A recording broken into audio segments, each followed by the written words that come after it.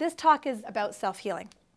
We have to understand that this is a concept that's very, very different than how we approach healthcare and medicine right now. And how I describe it to people is I usually draw a picture that looks like this. Not the most artistic person. So if this is Western medicine over here, and this is the self-healing model over here, essentially the models are literally a 180-degree difference. So the model in Western medicine, and there's nothing right or wrong about either of these models. In the model in Western medicine is that things happen to you and you just deal with it from the outside. So we never try to figure out why it happened. So if your back hurts, it's okay, you picked up a box wrong, or you've got chronic back pain because you were born with it, but there's never an understanding of why it happens. So the treatment is always from the outside. So how I describe it to people is if this is the issue, we look at it from the outside, and we're always looking at it from the outside, trying to fix it. And it's perfect for when you're in really bad pain and you want some help. Here's some Tylenol, here's some Advil, here's an adjustment, let's make it better. But it never looks at the reason it happens. It never looks at the central core. And so Western medicine is beautiful and wonderful, and it's perfect in many ways that it is. And the self-healing modality is a 180-degree difference. Most people, when I teach these concepts to them, most people kind of hang it over here, then they'll hang it over here, then they'll back up over here, then they'll go over here. And there's not that this is right and this is wrong or vice versa. It's just on this day, where are you hanging out?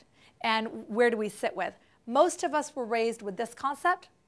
When you start to take on this concept of the self-healing modality that we're going to spend a fair amount of details in tonight, you're going to start to realize that this concept is exactly polar opposite of here.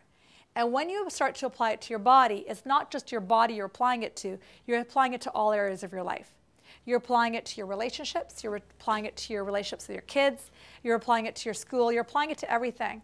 So I find when people work on self-healing, for example, abdominal pain, and let's say it's related to their relationships, or let's say it's related to their relationship with themselves. In order to self-heal the abdominal pain, they have to find that the rest of the life around them starts to change. Does that make sense to you guys? So it really is, I call it a personal journey. And I always call it a mind, body, spirit journey. So it's all of these areas of your life, especially the emotions that we're going to get into in a little bit. They're all balanced out and affected as you take this journey. And I describe it like a journey, like a path. It's not a road. It's not a one-way road. It's a journey of self-healing, and it is a path. It's much more different than just here, this road. So let's just start. In mind-body medicine, what I typically tell people is this. We're going to start with this concept. Mind. And if you ever notice when you read mind, body, spirit, it usually goes mind, and then body, and then spirit. Have you guys noticed that? It's very rarely spirit, body, mind, spirit, mind, body. It's almost always in that order. And the reason is because the body is the in-between between the mind and the spirit. But we never define them. So in the first few minutes, we're going to define them right now. So what would you guys define as your mind's voice? And that's MV. What would you define as your mind's voice? What would you guys say it is? Any ideas? Constant chatter. Constant chatter. It's the one that chatters all the time. And it's constant. That's a good word. And it's pretty darn persistent. And I'm not going to say it goes 24 hours a day, 7 days a week, but it goes nonstop. Especially if you don't put reins on it, it just keeps going. And that's what I call the mind's voice. And the mind's voice we're all aware of. Most people are also aware that their mind chatters, and sometimes it chatters in ways that puts them down. So the mind can sometimes be accusatory, it can be mean, it can be hurtful, it can say the worst things about us.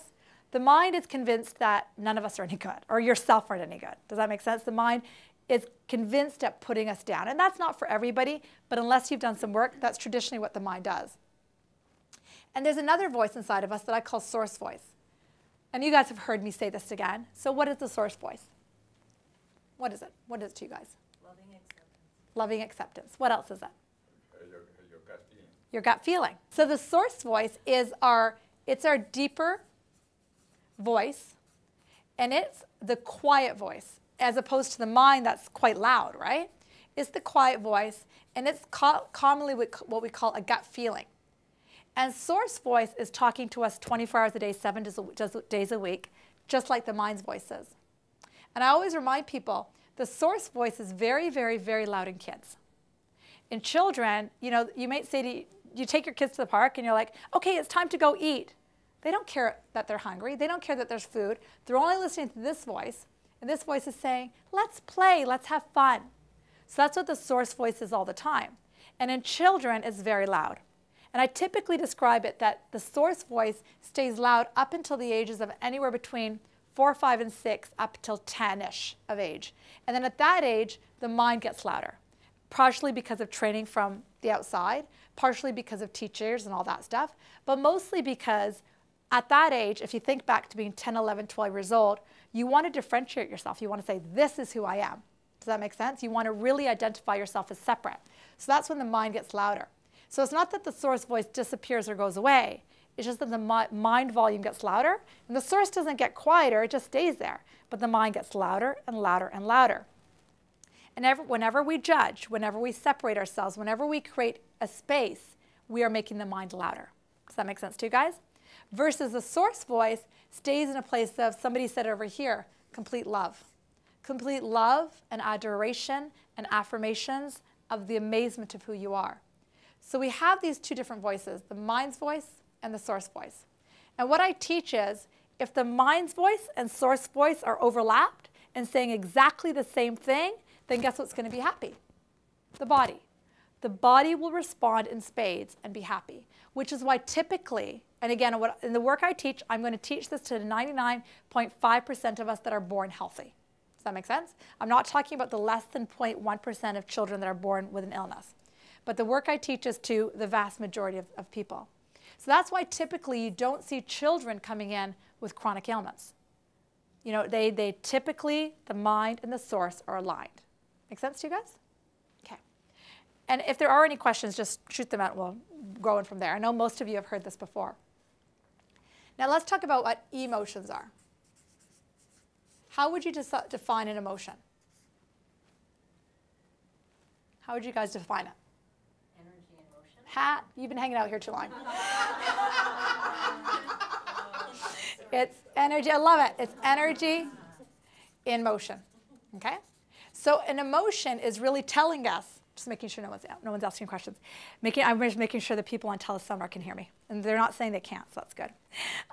The emotion is just telling us if the mind's voice is fixated here and the source voice is fixated here, are we in alignment or not? How do you guys deal with your emotions? How are they? Are you guys fluid with your emotions? Do you push your emotions away? Do you embrace them? What do? Suppress. You suppress. The common answer. And why do we suppress our emotions? Why? Because sometimes it's too painful. Yeah. To accept them. Yeah. And to be honest, it's a great answer. And the reason we suppress, question mark why, is it's too painful and we have to accept them. So we just push them away. And that's a fantastic answer. That is probably the vast majority of people. The bottom line is the majority of us are not taught how to deal with our emotions, what our emotions even mean, and how to regulate them, how to shift them. Most of us are just stuck with our emotions as they are. And it's like, okay, I'm angry, I'm going to stay pissed off. I'm scared, I'm going to stay pissed off. But they don't take a step back to say, okay, what is this emotion telling me and how can I shift it? When I teach people that their emotions are telling them about their alignment between their mind and the source, when you start to hear that and start to work with it, and then work with techniques like meditation and mindfulness, then you understand why we have emotions. And what I would say to you, and this is a big thing, what I would say is that there's nothing to be afraid of. And it's like when you embrace it, like you embrace that big bear in the room that no one's talking about, you embrace them and you hug them, then life gets so much more fun. Most of us, myself included, were raised in families where it wasn't understood. It's not taught. And we can teach it to our children, but ultimately it's their learning anyways and how they choose to process it. Make sense? So a lot of the work I teach is, okay, if this is how you're feeling, what does it really mean? So if we take that a step further, if our emotions are saying, am I aligned or am I not aligned? Let's take that a bit further and see what that means. So I had a client in today, and I gave her the classic example that I almost always use when I'm describing this. What I'm saying aligned or not is basically our source voice and our mind's voice. If they're aligned or not aligned. So here's an example. My son opens the fridge, and he takes out the milk, and he spills it on the floor. what is my emotional reaction? What would you guys think I'd react? Angry. Angry. Okay. And so now, is the anger just a second, or does it last longer? A second. It usually lasts a second, maybe 1 second. But in general, for most people, imagine that your husband lied to you or something. Don't we hold on to the anger a lot longer? Like how long? Years? 20 years? 30 years? Or eternity? And people can hold on to even the spilt milk for weeks and months. Does that make sense to you guys? And you guys can probably relate, maybe not to something small like the child's pouring milk from the thing, but what happens is a belief system is formed in the mom's mind that the kid cannot ever do it right and is more on edge and more watchful and more triggered to get angry. So let's talk about this a bit more. So when the mind's voice and source voice are aligned, then the emotion is always joy, empowerment, deep knowledge, freedom, things like that. How often do you guys feel those emotions? Excitement, joy, alive. It's pretty exciting, isn't it, to feel that? It's like, oh, yes. What's happening when we feel that is the mind and source are aligned. In this case, if I'm pissed at my son Raj because he spilled milk from the fridge, but I stayed longer angry than 1 second, right? The anger for 1 second is because I have to get on the floor and clean it up. But that takes less than half a second, like you said. But then after it's cleaned up, why do I maintain my anger? And you're thinking, I'm maintaining my anger because my son doesn't know how to pour milk from the carton. And that's not true. The reason I'm maintaining my anger is because my mind is fixated on a thought. The mind is fixated on, my son is an idiot. And that's where my mind is. And what does source say about my son at the very same time? What is my source saying? My son is beautiful, which he is. My son is amazing. But when I have the mind fixated over here that he's an idiot, he's F this, he's S that, and every swear word in the world, and then my source voice is aligned with his perfection and amazement, the reason I feel anger, the reason it feels awful, the reason I get a pit in my stomach is because I'm being lazy. And I'm just focusing on the kid being an idiot. Do you see how that works? And our work as humans, and this is why mindfulness is so powerful, our source as humans is to observe it and then move the mind over to align with the source. Does that make sense to you guys? And then to laugh at things like this. Here's a classic example. My son last night, and this is a true story, my son last night said they have this thing called a 100-kilometer run at their school, and they've got to run around the school 100 kilometers or whatever over a certain period of time. And so he has to run around the track. And we did the math as to how many times he does it per week, and would he reach the 100 by the end of May when it ends? And the answer is no. So he has to add extra hours. So they do extra hours in the morning. So if I dropped him off at 8:30 this morning, he would get an extra 2 kilometers in. Great. So I said, okay, we'll get to school for 8:30. And last night, for some reason, he doesn't normally do this, but for some reason last night he sleepwalked. He walked into the middle of our room, and he said, Daddy, it's time to read. At 2 o'clock in the morning, we're like, and then Ed just said, Raj, go back to bed. So our son went back to bed. I woke, and because he sleepwalked, I let him sleep in a bit this morning. Let him sleep until about 7:45. And then I went into his room and I said, do you remember what happened? He had no idea. And then I said, so I let you sleep in, but if we hurry, I can get you to school by 8:30. He kind of hurried, he kind of didn't. And we got to school by 8:33 or 8:34, something like that. And I said, okay, Raj, you can still catch at least 1 of your kilometers. He said, oh, I don't want to do it now. And I said, dude, I'm 4 minutes late. And he's like, oh, I don't want to do it. So in that moment, I could have stayed angry, right, of I didn't have to come this early. What are you doing? We woke up early. We rushed here, blah, blah, blah. And I could have gone there. And because I've been doing this work a long time, and I know that that anger doesn't serve me because I know source isn't there. So as soon as I feel my stomach clench or my shoulders clench, it's an indication to me that emotion of anger or frustration or annoyance is an indication that how I am looking at this situation is not in alignment with my source. So I take a breath. I go, okay, in this moment, I am fixated on a thought that is different than the way source sees it. So I closed my eyes for a second and I breathed and I said, okay, so Raj, do you want to go to Starbucks? He's like, sure. So we went to Starbucks and had a nice morning before I took him to school. But do you see how that situation could have turned out 2 different ways? Lovely and beautiful and engaging, or it could have turned out to be the start of a terrible day, as they call it. Do you see how that works? So it's in that moment to say to yourself, how am I looking at this? The issue becomes when most of us are so fixated on what? Being? Right. Right. Exactly. We have to be right. So the only reason we get fixated in our mind is because we got to be right. I said it, he did that. I was right, he was wrong. And when we stay in this paradigm of right and wrong, it is very, not impossible, but it can be a dance to get the mind to be in line with source. Let me ask you something. Does source energy hold things as right or wrong? No. Exactly. And let's take a second deeper. We defined source on the last page. Let's take source definition a little bit deeper. Source voice, and most people who are going to listen to this tape and most people who are here know what I mean by this. Source is the soul part of us. It's the part of us that's non-physical, the part of us that's within us and part of us in this physical body, but also bigger than us. When I used to deliver babies, the baby would come out with this kind of knowing to it. And I know when our son was born, our midwife looked at him and said, this is an old soul. It's just like a deep knowing. Do you know what I mean? And when people die or they croak or they transition, whatever word you like, when they die, there's also an awareness that there is something eternal going on here. There is something very, very spiritual going on, that something's happened to their soul. Does that make sense to you guys? So at these two ends of the spectrum, at birth and at death, we have this sensitivity with this thing we call soul.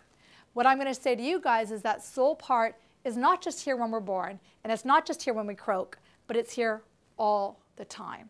And our emotions are here to tell us. Does that feel okay? Okay. So our emotions are just here to tell us, am I aligned or am I not? And in that moment that we feel that clench of frustration or annoyance or anger or irritation or overwhelmment, our question in our minds needs to be, do I need to stay fixated the way my mind is fixated on whatever it is so I can stay right, so that the other person can stay wrong? Or is there a third choice? And I always say, what's the third choice, guys? Happy. So those are your choices, right, wrong, or happy. And what if there is no such thing as right and wrong? What if it's just about me choosing joy? How does that feel to you guys? Better? It can be very new concepts to some people. But when you play with it and listen to this over and over and over again, which is why I tape the things I do, because at first it really seems easy. It's really easy when the kid spills milk from the fridge. That's really easy. It can be a little bit more playful when it's something that we're dealing with that's bigger, like politics, like the mayor did this, like the road is closed between here and UBC. You know, and it can be playful when we let our mind rule us. When we see our mind as just the perceiver and the interpreter of the events rather than anything else. If emotions is, like Leslie pointed out, if an emotion is simply energy, which is the E word, in motion, think of a time in your life when the energy got stuck. So think of a time in your life when either the energy was free moving or when it gets stuck. So think of an emotion. So just take your mind back there for a quick second when you were happy or when you were joyful or when you were playing at the park. And just go there and relive it in your mind for a second. You can close your eyes for a second and breathe. And just play that through in your mind. What is it like? You're playing at the park. You're free. You're having fun. You're taking your shoes off and you're running through Stanley Park. And there's smiles in your face. And some kid is blowing bubbles and he gives you a bubble blower to blow in. And then you sit down and the sunshine pours through the clouds and oh, there could be not more glorious day. So just go to a feeling like that. And now see how it feels in your body. Flicker your eyes open and let me know how it feels. Peaceful. Peaceful. How else does it feel? Relax. Relax. How else? Light. Light. Feels pretty amazing, doesn't it? And that's, you have access to that all the times. It's always there. No one in the room described heaviness or stuckness or tightness, correct? You all felt like a kid. Felt quite cool. Flip it. Go ahead and close your eyes. We're going to try something different. So imagine in your mind's eye your deepest loved one. Maybe it's your child, maybe it's your lover. Maybe it's your mother or father. Maybe it's your animal, your cat, your dog, or your pet. It doesn't matter who it is. Just pick this person who you adore. And then something comes up and you have a huge argument. You say to him, "You're wrong." He says to you, "Yeah, you're wrong." And it goes back and forth. And then you go at this for literally an hour. Now it becomes 2 hours. The next thing you know, it's bedtime and there's no resolution on site. And then you decide to go to bed. And before you go to bed, you're doing a body scan to see what's in your body. And just flick your eyes open. And let me know what you felt in your body. Tightness. Tightness. Where did you guys? Heart racing, tightness. Where did you feel the tightness? Right here. Chest, abdomen.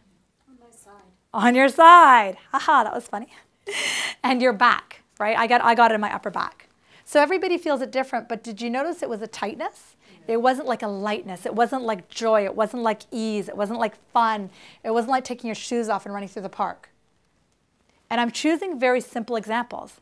One of the reasons I'm choosing really simple examples is because when you can understand the simplicity of this material, because guys, this is really simple material. This is not rocket science, what I'm teaching.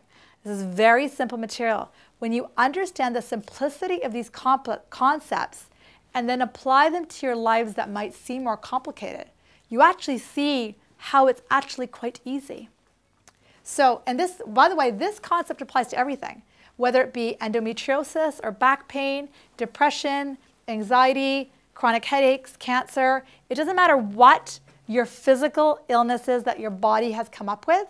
These concepts are applicable there, but I'm going to teach them in very basic forms here. So if emotion is energy in motion, y'all just an example, and in your mind's eye while I'm talking, if you want to go back to that Stanley Park place to clear that, go ahead. The energy in motion, if the energy is happy, and it's, I can't spell happy, happy and it's joy and it's excited, did you know that the energy just moved through you? Nothing got stuck. It felt light. It felt great. And then literally I held you in that place of frustration or annoyance for no longer than 30 seconds or a minute. I didn't hold you there very long. And did you notice that the vast majority of you felt tightness? So energy in motion, it moves through you when you're feeling these feelings. And it gets stuck when you stay fixated on a persistent emotion of anger, of right and wrong, of disempowerment, of any of that stuff sticks energy. And I hate to tell you guys this is one big concept I'm going to get you to get, is it doesn't matter how right you are about the situation. It doesn't matter how right you are. You know, like you could be talking about Chernobyl, you could be talking about the nuclear missile crisis, and you are right about it, and that person is wrong. By doing that, you're creating an emotional discord in your body. And that creates tightness in your body. It doesn't matter if your lover left you. It doesn't matter if your lover cheated on you. It doesn't matter if the kid was hurt badly at school. It doesn't matter what the incident is. But the emotion, if it's heavy, guess what it's going to do? It's going to get stuck because it doesn't have a place to free. Does that make sense? So am I telling you to be joyful all the time? Yeah, and we're going to get there. Over the course of these 2 days, we are going to get there. But it is a process because most of us aren't taught this. In average, when I work with clients, on average, they have to hear these concepts, practice them, repeat them, practice them for on average for 6 months to a year before they kind of go, okay. So if emotion is energy emotion and it's getting stuck in our body when we're fearful or we're angry or resentful, what happens is if this is a cell of the body and the cell is just moving and it's happy, what happens is those emotions get stuck in the body and they cause a resistance, so it doesn't move as easier. And then over time, if that cell stays stuck and more cells around it stay stuck, eventually it forms what we call a dis-ease in the body. Does that make sense to you guys? So all dis-ease is a result of energy that is stuck in the body that wants to be liberated, which is why practices like acupuncture, Rolfing, craniosacral can be phenomenal if you're willing to release the energy and, more importantly, if you can figure out what the energy is. You know, I know when I started this whole work about 15 years ago, I was in chronic pain, and the only things that got me liberated from pain for a few minutes or a day or so were things like acupuncture and yoga. And I remember the one day I made a connection between the mind and what I'm talking about and the pain. What happened was I was going to yoga, and every day I'd go to yoga, I'd feel better, like I'd have less pain. And the pain freeness would usually last, if I finished the class, it would usually last for about 3 to 8 hours after the class finishes. And I couldn't figure out why it would last 3 hours and why it would last 8. I just couldn't figure out what the difference was. Why after 8 hours the pain came back. I just couldn't figure it out. All I knew was I'd get a relief. But I remember this one day that I'd come home from class. I was driving home, and it was only about 3 or 4 blocks from where I lived. I was being lazy. And I drove home, and my ex-husband was there. He's an ex. And so I drove home, and I pulled the car up right in front of the driveway, or right in front of the back driveway area. And I guess he was going to work. And he said, you can't park there because I'm going to work. And I said, well, you can move it. I'm hopping in the shower. I smell and stink right now. He said, no, you move it because I got to rush to work. And I said, no, here's my keys. Move the car. I'm not going to get redressed because I'm half naked now and go move the car. This turned into a huge fight. And within 30 seconds to 2 minutes of this fight, all of the pain that had liberated from an hour-and-a-half yoga class came back like that. And I was like, crap. And then I blamed it on him. I was like, it's your fault. But it was my first kind of wake up of this concept of energy and motion, but I couldn't put 2 and 2 together. I just knew I was pissed. I knew that I was mad. But it had never happened to me that quickly that the pain came back so quickly. Have you guys experienced that before? Yeah, it's crazy, isn't it, how quickly the body responds. And then now what I've learned is different tools and techniques that you guys will learn over the next 2 days, which are all about how to release this quicker. So let me ask you a general question before we go to the next concept. If you had to name one thing that as we get older, we're say in our 30s and 40s, maybe even into our 50s, what are the things that hold us back from living an amazing life? What do we hold on to? Is it childhood stuff? Is it adolescent stuff? What is it? If you had to name one thing, what is it? Fear. Fear. And where did the fear start? Where were you taught it? At what age? Little. Childhood usually, yeah. Would you guys agree with that? What stops you from becoming the most magnificent Canadian model? What stops you from opening the restaurant of your dreams? What stops you from being the superstar that you can be? It's usually stuff we're taught when we're kids. Do you agree with that? Okay. So it's usually childhood stuff, and sometimes it's older stuff that we call traumatic. And this concept is really key to understand what we call trauma. This next concept is very key to understanding how to liberate past things that go bad for us. So I call these concepts contrast and clarity. And I know some of you have heard these concepts before. So the concept of contrast goes like this. When things happen that we don't want to happen in our lives, we call that contrast. So if mom was mean to us, if dad was mean to us when we were little, that created a feeling that didn't feel so good. So we call that contrast. Does that make sense?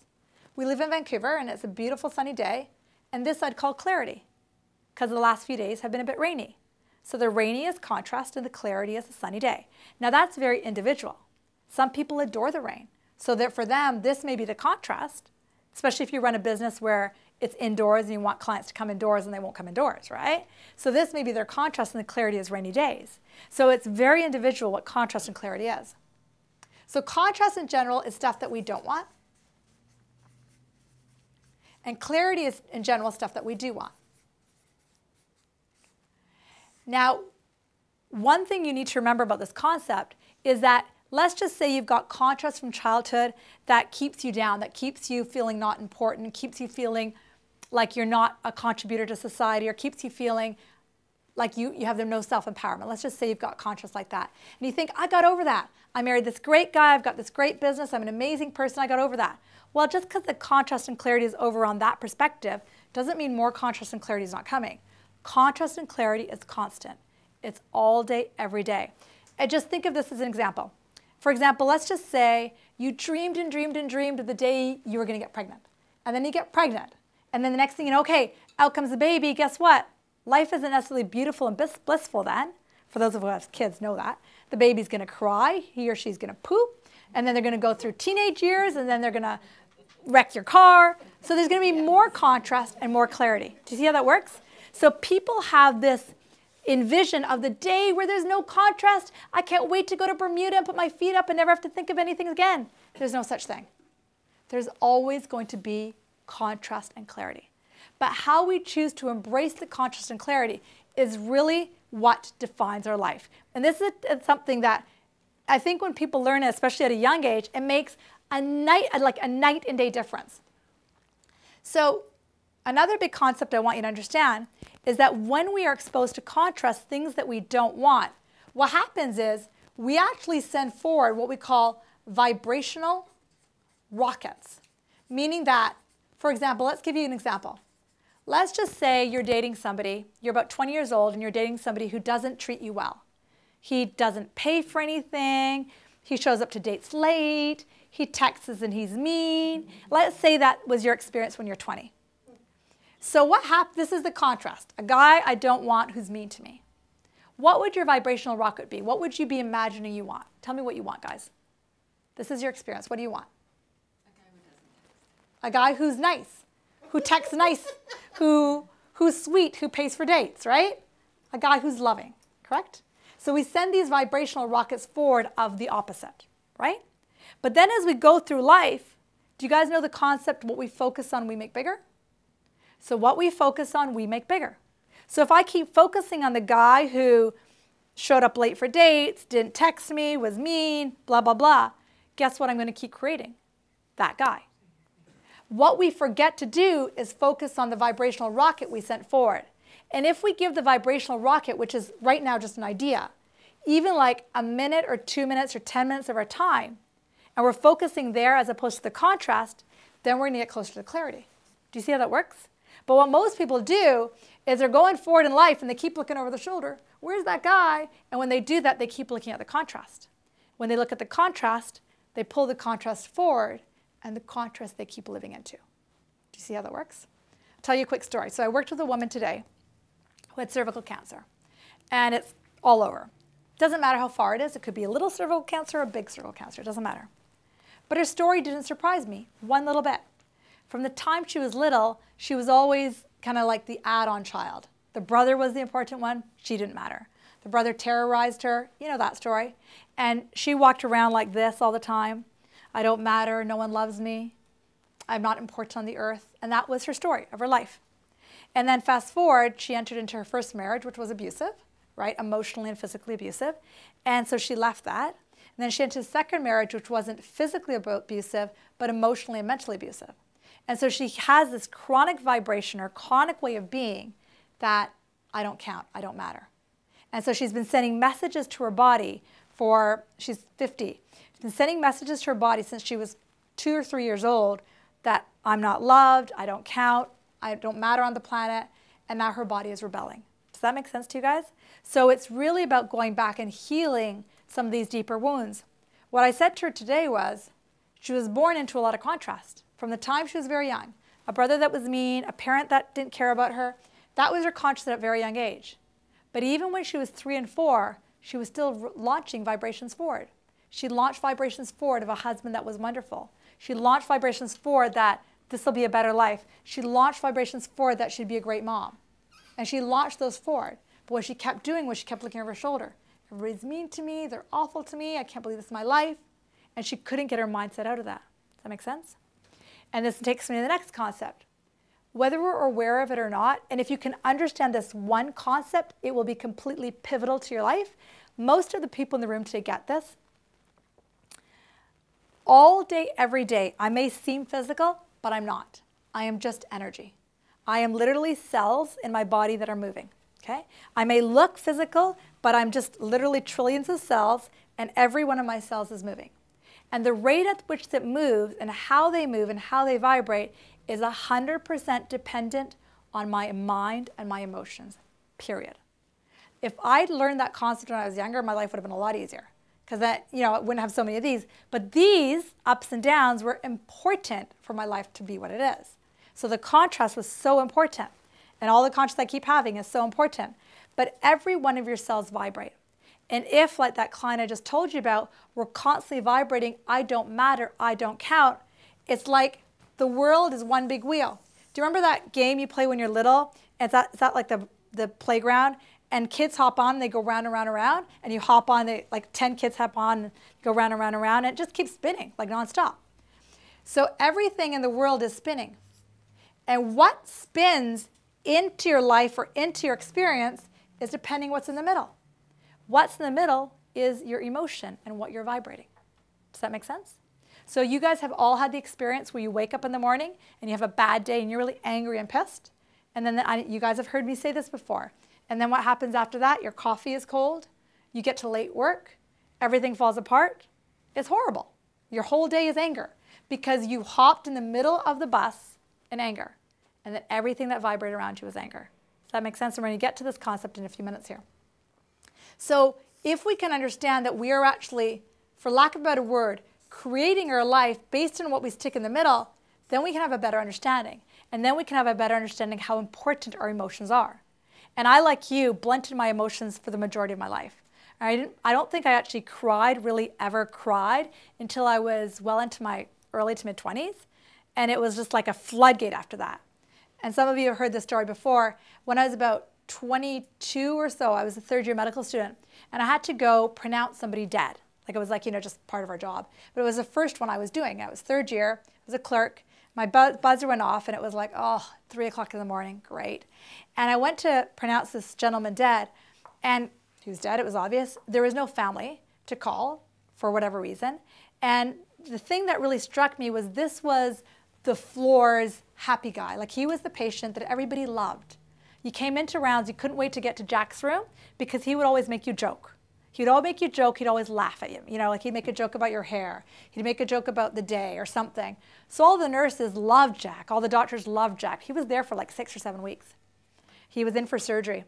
And so I got called at 3 in the morning to go pronounce him dead. So I went up there. I did the thing. And I went back to the nursing station. And I felt this bubble of what I know now is energy up my chest. I felt like I was going to throw up. And I was looking around the nurses going, why isn't anyone else upset? This was Jack. This was the guy we loved. He was the one that made us laugh. Why isn't anyone sad here? And I noticed it was my first awareness that to get through this job as a doctor, I had to flatten my emotions. Because if I was feeling my emotions, I'd literally crash all the time. And my next awareness, my next big awareness was when I was in second-year residency. HIV was quite big then. It was like HIV years. It was 93-ish time, 94. And all the AZT and all those drugs were just coming out. And I was working at a place where we did a lot of HIV work. And I had become the doctor of a gay couple that were HIV positive. And so I literally watched one of my patients die from when I had started to when he died. And I went to his funeral, and it was just such a lovely event, the whole funeral, and so much love. But I still felt this emotion of, but no one else in the entire residency program, all the doctors I worked with, who they all knew him, shared what I felt. So we are all taught to block our emotions. We're all taught to just put them over there because we don't know what to do with them. And that was one of the sources of my chronic pain because I'd put so much stuff there, so this energy was stuck in my body of sadness and anger and fear. And like we just did that exercise, it was stuck and it could only stay there so long. Then after a while, it formed pain. So going back to this concept, if we understand that we create everything in our life based on what's in the middle, then we can understand what starts to come in. And going back up here, we have contrast and then we have clarity. If we can understand, even at a young age, if we have things going on that we don't want, if we can understand, well, you know what? That's making me feel awful right now. I'm feeling angry. I'm feeling sad. I'm feeling resentful. What it's telling me at the same time I'm feeling those emotions is that there is clarity. I've got to look towards the clarity. So let's give you an example. Let's go back to that example of dating a guy who's a jerk. Okay? So I date this guy. He's not very nice to me. He's mean. He's horrible. He's awful. And obviously there's something in me that brought him, and we're going to get into that later. Don't worry. There's something in me that brought him in. That's fine. But what is my vibrational rocket forward? My vibrational rocket forward, the clarity is a guy who's loving, a guy who's warm, a guy who's sincere, and a guy who shows up on time. That's what I've got on my list. All right? Nothing too spectacular. Then my role is to look for these things, but not so much to look for them out there, but to look for them in here. Does that make sense? Because if we get what's inside, and if it's true that we're all emotionally blocked and we don't know how we really feel, then it's not a surprise that we get somebody in who's a bit mean, because we may not be sure of what we're feeling too, right? So if we're not sure what we're feeling, just look what's coming in. And if we're looking for clarity over here, we've got to start to pay attention to that in ourselves. Does that make sense to you guys? So conscious and clarity is a huge concept for all areas of your life. The contrast clarity is, when you understand this concept, it will heal all trauma like that. Because all trauma, what we call trauma, like an incident, like a car accident, or where somebody was mean to you, or something traumatic happened to you. If there's trauma over here, in general, it's something we don't want. What we have to do is we have to look forward to what we do want. Does that make sense to you guys? And what most people do, and there's nothing wrong about this, but this is how we never actually heal. Most people who have been through trauma, let's say something awful happened to you. And what we're taught in our society is, go hang out on Counselor Carol's couch until you figure it out. You could be on Counselor Carol's couch until you're 80 years old, retelling the same story over and over and over again. When you retell the same story over and over again, what are you doing? You're looking where? Forward or backwards? You're looking backwards. Exactly, you're looking at the contrast. So every time you utter that story, every time you tell that story, every time you think that thought, what's happening? You're building the contrast bigger. So the work is, and we're going to get into that after we take a mini break here, is how do you stop doing that? And that's a lot of the techniques and teachings that we're going to do. It's a classic thing. When something's not going right, we talk about it over and over and over again. And when something's really not going right, you're having a fight with your boss, with your best friend, or with your girlfriend, you know who to call. You know who to get mad, you know who to tell the story to. You know who will listen to you. You know who will commiserate with you. You know who to get sad with. The issue that becomes whenever you do that, what do? You make it bigger and bigger and bigger, no matter how right you think you are. If it doesn't feel good, if it feels heavy, if it feels icky, if you feel nauseous while you're talking about it, guess what? Your emotion is there, so stop talking about it. And on a personal level, I can guarantee you this to be true. If you stop talking about it, your response is, but if I stop talking about it, I can't make it better. And that's so not true. Let me ask you a question. Imagine a kid in the playground.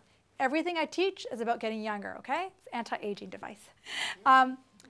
If a kid in the playground has a fight with his best friend, and this kid's about 7 years old, they have a fight and they yell at each other, right? Which does happen at 7. And one friend goes to that side of the park and the other friend goes to that side of the park. Do you think they're going to retell their story to their other friends? At 7, no. At 7, they just keep going. At 7, they just keep going. They don't retell the story. There's this like, right? Do you guys know that? Like at 7, they just keep going. They just keep having fun. And then do they remember their fight at the end of the school? No. They just come back together and play again. Do you see how that works? Like my son is 9, and I'll say to him, hey, how was school? It was great, Mom. What happened? I don't know. How was school? Who'd you play with? I don't know. Did you have fun? Did you play with this friend and that friend? Yep. Anything good or bad happen? It was fine. Then I'll get home and I'll say, hey, Ed, how was, because my husband does the pickup and drop off. How was Roger's day? It was fine. I heard you had a bit of a fight with so-and-so, but they're fine. And I'll go up and I'll talk to them. I said, oh, yeah, that's fine. They get over it like that. The reason they get over it like that is they don't get fixated about it. They don't make themselves wrong about it. And they just keep going. Because they realize if they had 3 choices, right, wrong, or happy, what do they want to be? Happy. And as adults, we get fixated on the rightness of things. And we get fixated on being right. But if being right or being wrong, if that fixation equals fatigue, if that fixation equals wrinkles, if that fixation equals gray hair, would we do it? Probably not, right? If we could feel like we had so much energy in the world because we were willing to let these concepts go. The only thing is we're taught this from a very young age too. From the time we're about 6 or 7, even younger, 3 or 4, we're taught really good, you pooped in the potty, really bad, you pooped on the floor. You know what I mean? We're taught that at a really, really young age. And so when we're taught it very young, we're ingrained to believe in the rightness and wrongness of things. But what if there is no right and wrong? Like I remember when we toilet trained my son, and we did the 24-hour, there's a weekend toilet training thing where you throw out the diapers and you say goodbye to them. and you try to toilet train them in a weekend. You stay home and you all run around naked to show the normalcy of it all. So it was quite funny. We locked the door, walked around those naked as a family. I'm just joking, we didn't. Just he walked around naked. Anyways, and you get the big boy panties on, which is what he got on. And, you know, and then when he'd like literally pooped on the floor once. What are you going to do, get mad at him? No, like he tried and it happened to be next to the potty. Pretty good. You know, it was an improvement. So what if we encourage ourselves more? What if we didn't get mad at ourselves much? What if we were more gentle with ourselves? What if we allowed ourselves to feel the ups and downs? What if, you know, what if we're trying to change something, like say our eating habits? Let's say we're trying to eat better, and then we go and have a Big Mac. What happens after you do that? You get mad at yourself. And then what happens when you get mad at yourself? You go have another Big Mac. Do you see how that works? What if you just allowed yourself to do that? What if you allowed yourself to be? The common concept I try to teach people with this is, just like a parent, this is a parent, and say this is a 3-year-old, or let's go younger, let's say it's say it's a 9-month-old. And the 9-month-old is trying to walk. And every time the 9-month-old gets up to walk, he walks and then he falls on the ground. Do you say to the kid, you idiot, you're never going to learn how to walk? No, you don't say that. Why not? Because you know he will. Similarly, when you are trying to shift something in your life, let's say you're trying to eat better and you have a Big Mac. Okay, let's just say, we'll use that as an example. And then afterwards, you get so mad at yourself. My God, I'm such an idiot. Did that wrong. And you keep telling yourself that over and over and over again. It's the same as you getting mad at the 9-month-old for learning how to walk. It's the same concept. We're always constantly growing. We're always constantly shifting. And we're always constantly shifting into this place of loving ourselves. When we get mad at ourselves, we're doing exactly the opposite. We are putting ourselves down when really this is a constant, beloved, nonstop growth. It's all day, every day. It's 24 hours a day, 7 days a week. And what if we would stop being so angry at ourselves, just like you wouldn't get mad at the 9-month-old? Does that feel okay? Okay. Let's go into one more concept, then we'll start to apply this, okay? So the next concept I want to give you guys is the concept of thoughts. T is for thoughts. A thought you think over and over again becomes a belief system. Exactly. A thought you think over and over again becomes a belief system. A belief system over time creates a reality. The most constant thought that most people have in their lives is what? They're not good enough, right? So their belief system is that I'm just not good enough. The thought is I'm too fat, I'm too old, I'll never make it in the world, I was never smart when I went to school. So they have these persistent thoughts, right? And you could say, but it's true, but it's just a thought, right? So your thoughts are not you. So here's you. Remember from the cartoon? Here's you, and here's your thought. Your thought is not you. So just like you pick this thought up, you can pick up another thought. And it's just about rewiring the brain. This is what meditation and mindfulness teaches us. So a thought you think over and over again creates a belief system. A belief system thought over and over again creates a reality. If your reality is not serving you, then it makes sense to look at what your belief system is and then to go back to shift your thoughts. Make sense to you guys? Most of you have heard that before. So let's look at a classic. Give me the classic belief system or even your thought or your reality that you're living in right now that's not serving you. Just give me one. You guys are all happy? So just give me one. I wish I was more empowered at work. I wish I was more empowered at work. Okay, so the reality is a disempowered workplace. Is that right?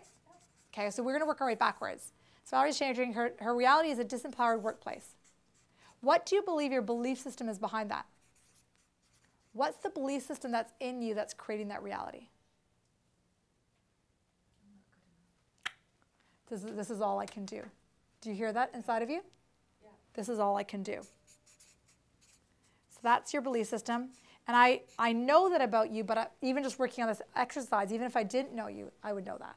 This is all I can do, because She just pulled it out, and she didn't know that. This is all I can do. And my thought is, what? What are your thoughts? What are your thoughts that lead to that belief system? Why am I drawing a complete blank? Yeah, it's okay. It's okay. I can't even. Your persistent thought is I didn't have a job for so long. Now I have this job, and this is the only job I can get. Do you see how that works? So the thoughts are, the only job I can get, and I'm just going to make a joke here, and I'm too old to get another job. And that is a joke, but that is a thought you've got. Do you see how that works? Okay, I'm too old. And guys, just like we're doing this example of Valerie, you all have your own examples. Whether it be about a marriage, whether it be about a child, whether it be about your work, doesn't matter what. If your reality is amazing and wonderful and fantastic, then you can take a nap right now. But if your reality at all feels like it needs to be changed, then you work your way backwards with this exercise. So let me ask everybody else in the room other than you. Is it true? So Valerie's thoughts are, and I know this about her, her thought is, I'm too old to get retrained. Is that true? Don't even look at her. It's not, is it? Yeah. So we're going to can that belief system, I'm too old. Her other thought is, I can't get another job. Is that true? No. Exactly. Her other thought, and I haven't written these down, her other thought is, it's hard to get a job in Vancouver, because people say it all the time. Is that true? No. Okay. Do you see how we have to change the thoughts. So she needs to go, okay, this is my persistent thought. It's not serving me. So my new thoughts are, I'm a spring chicken. People work until they're 80 nowadays, and that's true. I have a lot to offer. I am a being of love. I have so much that I can help with. I am incredibly empowered. And as she says that more and more and more, what will happen is her thoughts will get there. But her thoughts, she spent a lot of time with her thoughts down here, and we're asking her to get her thoughts up here, and we're going to talk about that in a few minutes, how to do that. Does that make sense? So do you guys see how you could do that exercise on your own? So whatever reality, let's say the reality is, this is Vancouver, and I know people not in Vancouver are going to hear this, but this is what a lot of women's reality is in Vancouver. Possible to find a man here. Isn't that's a reality for a lot of women. So the reality is men don't exist, and there's a number of men in the room here. So men don't exist. And if they do, they're gay. I'm just joking. Men don't exist, or men are hard to find in Vancouver. That's the reality of what women are living. Men are hard to find. They're not dateable. The belief system is, there's a common belief system in Vancouver that men just aren't available in Vancouver. So there's this belief system. My single friends, do you guys see that as a belief system here? Like, I've heard that many times.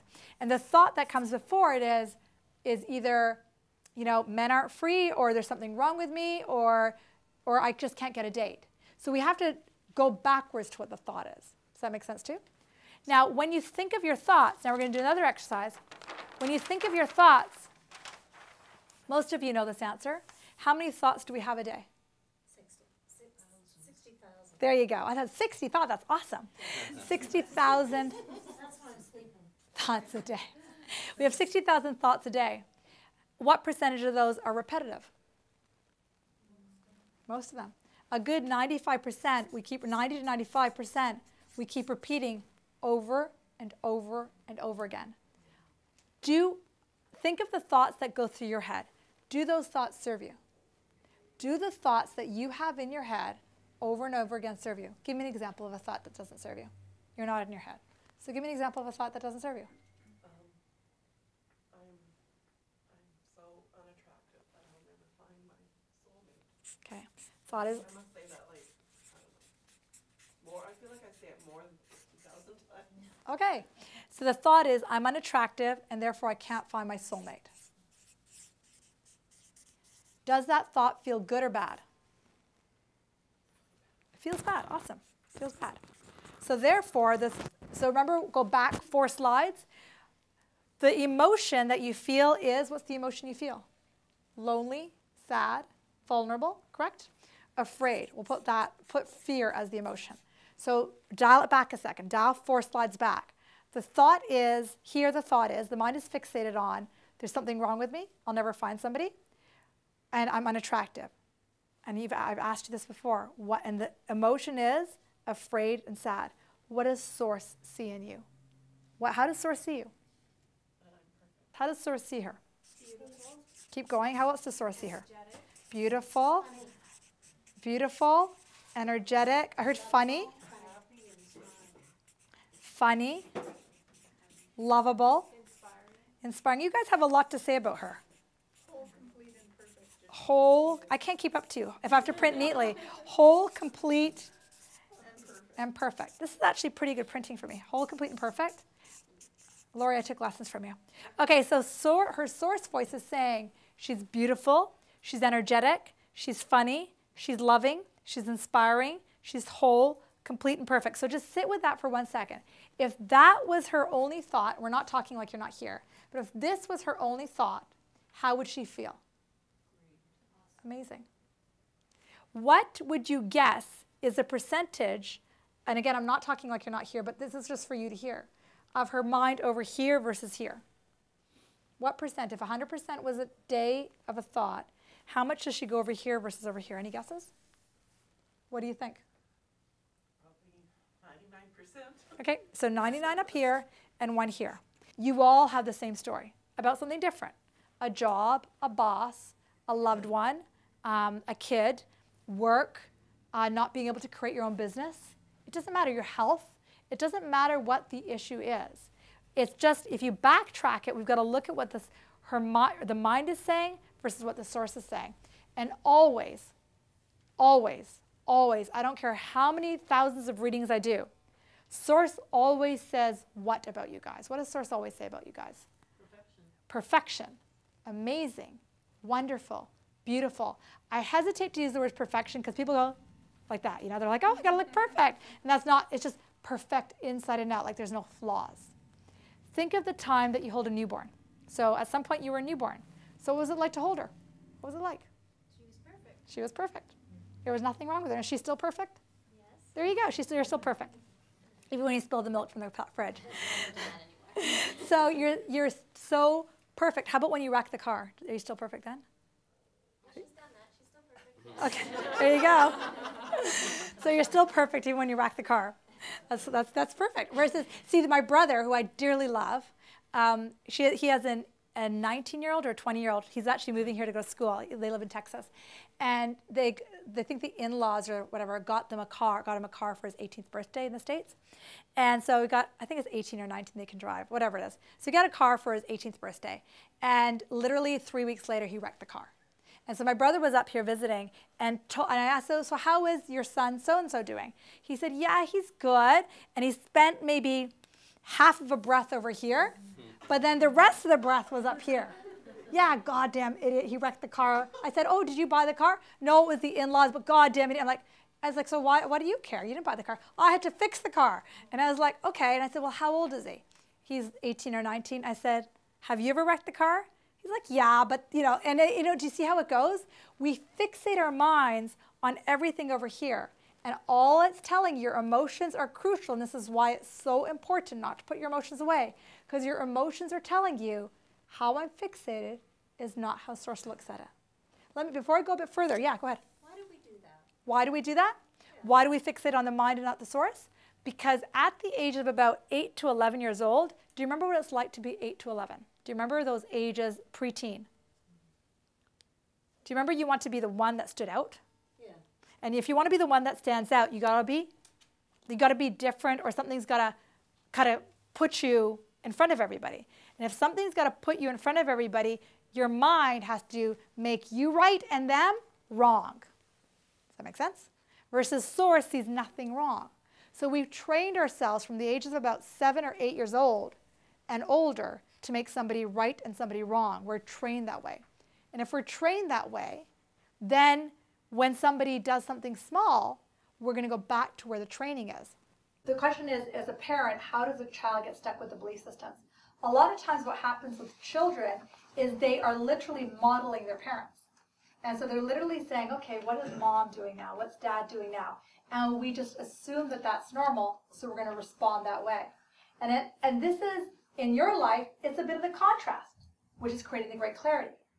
And this is why a lot of people, and some of you can relate to this, you turn 45 and you think, I'm acting just like my mom. And I swore I would never do that because you're living into the contrast. You didn't wake up enough in there to say, what's the clarity from my mom doing ABC that I didn't like? Because we tend to just model what we were taught. Does that make sense? So my son, just as an example, you know, he just models us, right? This is quite funny. The other day, I can be pretty, like I'm a woman, I have a fair amount of masculine energy to me. And if you ask Dad, he'll tell you jokes. I can have my little hissy fits. I can have my little temper tantrums like I'm 3. And I know I don't look like that when I teach or when I'm doing one-to-ones, but I can. And so my son is 9, and he was doing something the other day, and I said, oh, it's so beautiful. He's just like you, Ed. Like, he's doing something really sweet and endearing. And it was just so like, oh. And I saw in his eyes, and I was like, oh, that's just like you, Dad. That's wonderful. And then literally 3 minutes later, he had a little temper tantrum. His fists clenched and his mouth pouted. And then he said, and that's you. That's me. And they just pick it up. Do you know what I mean? They pick it up. Even though I can see that side of myself, and I don't get mad at that side anymore, and the less I get mad at it, the more she goes away. He was still exposed to it, so from the time he was little, so he picked it up. So it's funny how we do that. But when we see it as contrast and clarity, so in my own self, I can look at the contrast my parents gave me and not hand it over to my kids and look more towards the clarity. Does that make sense? And when we do that, we're not going to wake up when we're 45 or 55 and say, I'm just like my mother, because we've changed that energy. Quick reminder. So the question is, if I've made a conscious decision not to do what my parents do, and I'm really being deliberate of doing exactly what the opposite is, let me ask you a question. If I'm not going to do blah, what's the energy? Blah. Do you get it? Whatever we're focused against, we're making bigger. Got it? So there's vibration, like I keep seeing a picture of, there's vibrational spider webs from stuff that you were pushing against that came forward. Lovely, eh? But the beauty is the conscious awareness.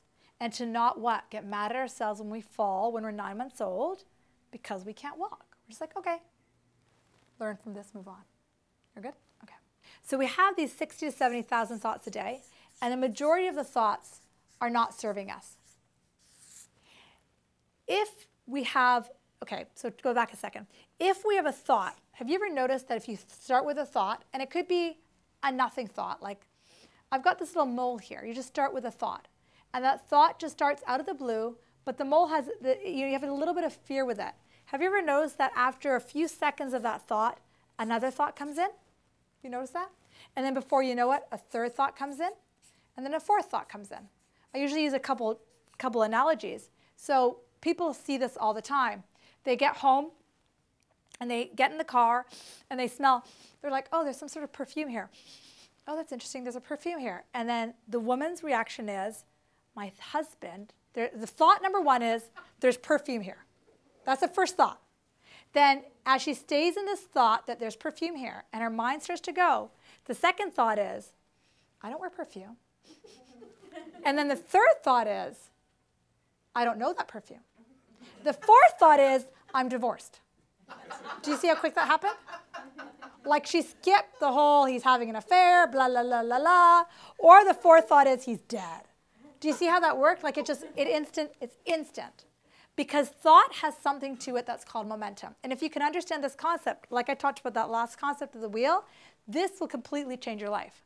Because thoughts actually think themselves. Thoughts have vibration to them, and they think themselves. Okay? So if I maintain a thought for longer than 17 seconds, then it has vibration to it. It starts to go. It starts to move. It starts to accelerate. And as it starts to move, it picks up momentum. And by the fourth thought, which is 4 times 17, which is 68 seconds, by 68 seconds, I've got a lot of momentum. Do you see how that works? And by the fourth thought, you got more and more thoughts coming in. It just starts to pour in. So that's why in the example that we just used, if you've got a list this long of thoughts that you don't like, you're not going to change them overnight. It's not going to happen. It's impossible. So for me to give you homework and say, go read this page that says, I am beautiful, and you go, bullshit. And you read this other line that says, I am wonderful, you go, no way. And I give you that homework, it's not going to stick because you've created too much momentum over here. Do you see how that works? So we have to step outside of ourselves and remember again to realize that the thoughts are not us. So if I created 4, 5, 10 thoughts down here, but I'm not those thoughts, then I must be able to change them. So momentum is a very powerful thing. Momentum happens as soon as you get a thought going for longer than 17 seconds because the thoughts think themselves. This is why it's so important to become aware of your emotions. Because if you're aware that you're feeling joyful and excited and happy and exhilarated, like I couldn't wait for Sarah to get here, like, oh my God, so exciting. So you start to get into that exhilarated place. Then you start with one thought and it feels good, and then the next thought and it feels good, and then the next thought it feels good. The next thing you know, all your thoughts feel good. Do you see how that works? And it only takes one little thought to take you off the curb, and you're just down there. See how that works? So what's really key is to notice that this is happening and to not make yourself wrong for it, but to use this for your betterment. And let's go there right now. So one string of thoughts we just had was my husband and perfume. Another thought we had was a mole, and the next thing you know, you're dead and your kid is orphaned because the mole looks scary. Then the next thought comes in is Grandma Sue had cancer of the skin. Third thought is I need that cut off. Fourth thought is I live in Canada, it's not been going on for 8 months, so I might as well be dead. Do you see how that works? That's what our minds do. We go thought, thought, thought, calamity. That's the power of momentum. And if you got energy in the middle of your circle that you're creating everything in your life, if you're creating everything, if that's really what's happening, you're creating your creative force. If you've got thoughts that are down here that aren't serving you, you eventually want to stop them. So you have a couple choices. If the momentum's not serving you and it keeps going and going and going, your choice is just to let it crash. Go until you crash. Go until it just falls flat. Client today, she went until she lost $2 million in the house. Foreclosed. She saw the momentum. She saw it coming. 3 years into it. It took 9 years before the house foreclosed. She kept putting money into it, money into it, money into it. $2 million later, they couldn't afford it anymore. Foreclosed. But there was a momentum there. Do you see how that worked? And she saw it. She saw it coming. Do you see how that works? And so how do you do it? One option is to just drop it all together. Wait till it's done. What things break momentum? Any ideas? You guys know what breaks momentum? Sleep. Sleep is the one thing. Anything else that breaks momentum? Meditation. So learning how to break momentum is key. Okay? So let's talk about breaking momentum. So there's a few things that break momentum. One thing that breaks momentum, the biggest one, is sleep. A next thing that breaks momentum is meditation. The next thing are things like a yoga class. And I'm going to write the next few only if you can get there. For some people, when they run, they think all their thoughts over and over and over again. And so you haven't broken momentum because you've actually increased it, right? Other people, when they run, they can get rid of it all, and then they're fine. Do you see how that works? So really, it's up to you. If sleep and meditation and yoga aren't your thing, but running is, put that down. Or maybe it's going for a long walk on the beach. If you can clear your mind and get those thoughts gone and have like a blank space, then you've broken momentum. Sleep is the biggest thing. And what most people don't realize is from the time they go to bed at night and they wake up in the morning, and there's this glimmer of time between when their eyes wake up, or their eyes open, they go, okay, I'm awake, and the first thought occurs. Now that gap might just be a few seconds. Or it could be like instantaneously that the thought comes in, but there is a gap there. Most people pick up the thought that was there yesterday. Does that make sense? So most people, if they're not trained, will pick up the momentum from yesterday. Oh, right, there was perfume in the car. My husband's having an affair. And it's the first thought that comes in. And their sleep was for nada, because the sleep is there designed for one purpose primarily. And one of the big purposes of sleep is to break momentum. So if you've got a rocket full of momentum, momentum is huge. If you've got a lot of momentum going on a topic that isn't serving you, go to bed and wake up. If right away you pick up that same topic, go back to sleep. But that's usually when I can't sleep. You can't sleep when you think the thoughts? Or Yeah. When I'm thinking, Yeah. and I can't sleep, then I can't break the momentum. Yeah, when you're How do I sleeping, sleep? when you're sleeping and you can't break the momentum, what's key is to get out for a while. And there's a lot of sleep techniques.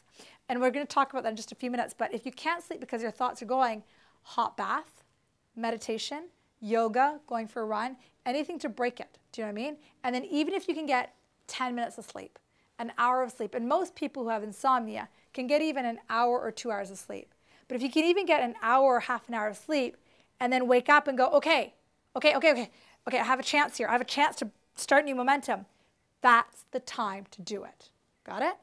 But what most people do, if they're like, okay, I'm going to break the momentum when I wake up. I'm going to think a different thought. That's what we want you to do. We want to think a different thought. Most people, if this is the topic, let's say this is the topic of the boss being a jerk. Let's say this is the topic. Remember, every topic is two topics, having and not having, having and not having. So let's say this is the topic of the boss. The boss is a jerk and the boss is lovely. The boss is mean and the boss is fine. Every topic is two topics. But let's say this is a topic that has a lot of momentum. And that topic could be your weight, it could be Chernobyl, it could be any topic that's driving you crazy, the wife. But every time you even go close to picking up this thought, you wake up in the morning, you're like, okay, I'm going to think good thoughts about my boss.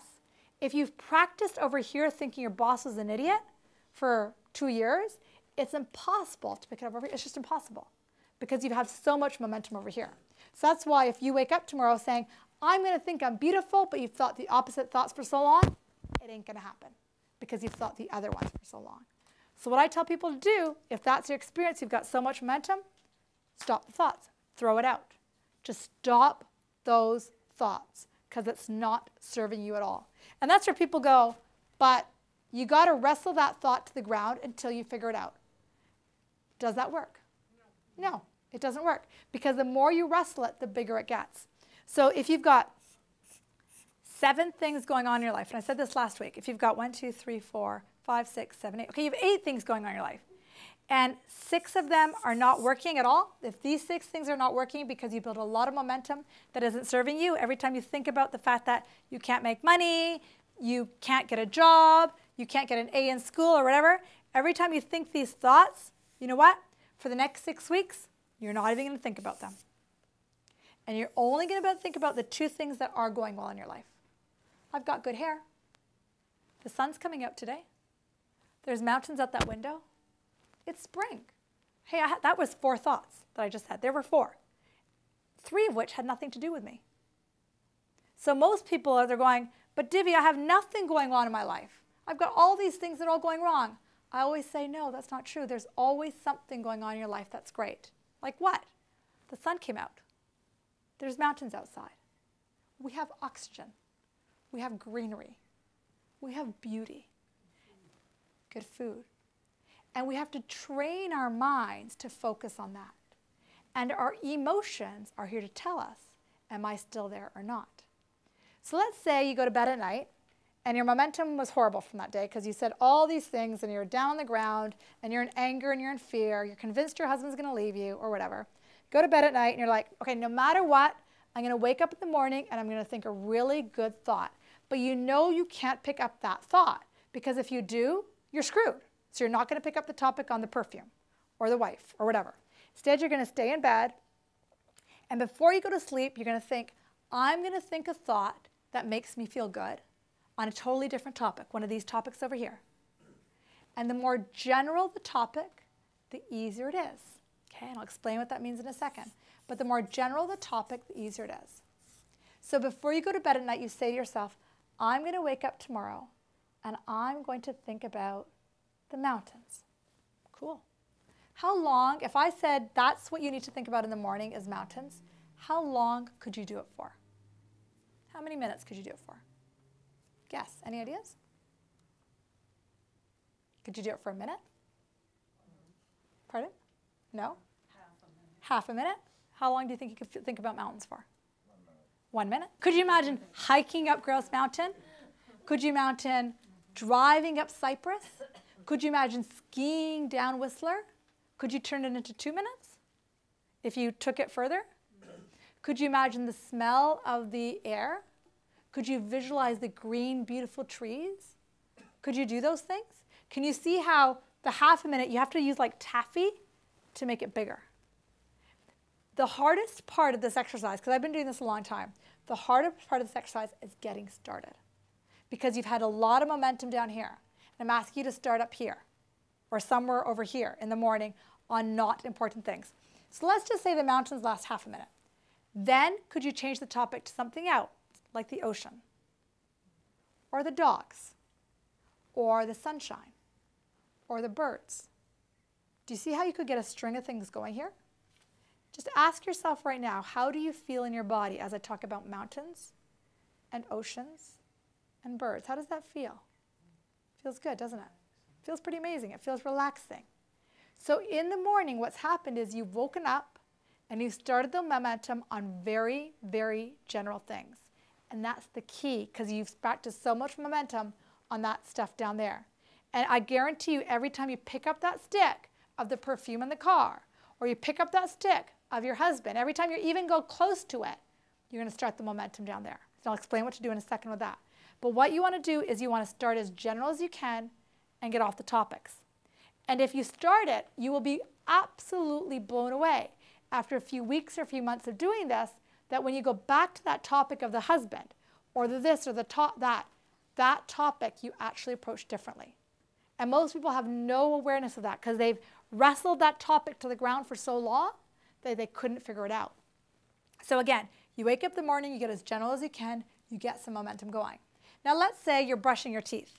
Let's say you look over there and the topic, let's say, that you're trying to get momentum away from is the perfume and your husband having an affair. You're brushing your teeth and you look over there and you see cologne. And as soon as you see cologne, your mind goes to perfume. Your mind goes to perfume, your mind goes to the car. You go to the car, you think of your husband and you think of death. Do you see how quickly that happened? But all that happened was you saw cologne. But what happens if you see the cologne and your mind goes to death and it's had just been a few seconds, you feel it in here, don't you? Do you guys ever notice that? It just like clutch. Your body is here to tell you. Or as soon as you see cologne, you stop breathing. What you do then is you go back to this concept. You think a thought for 17 seconds. If I think it for more than 17 seconds, if I stare at that cologne bottle and I stay focused on that for 17 seconds or more, then I've got my momentum going here. So as soon as I see that cologne and my mind triggers to cologne, perfume, then out loud you say, okay, then you would say out loud to yourself, just like you would to a child, this thought I'm thinking is not serving me. So I am going to break this momentum. This is what I'm going to do. I'm going to count from 17 seconds down. And the first few times you won't be able, you'll think about it, but you may not do it. But those of you in the room who've been practicing, it does work. You go, okay, cologne. Oh no, that brings to perfume. I was so happy, I was in mountains. Okay. Then out loud you say to yourself, 17, 16, 15, 14, 13, 12. And then usually when you get to 12 or 11, you've completely forgotten about the cologne. Do you see how that works?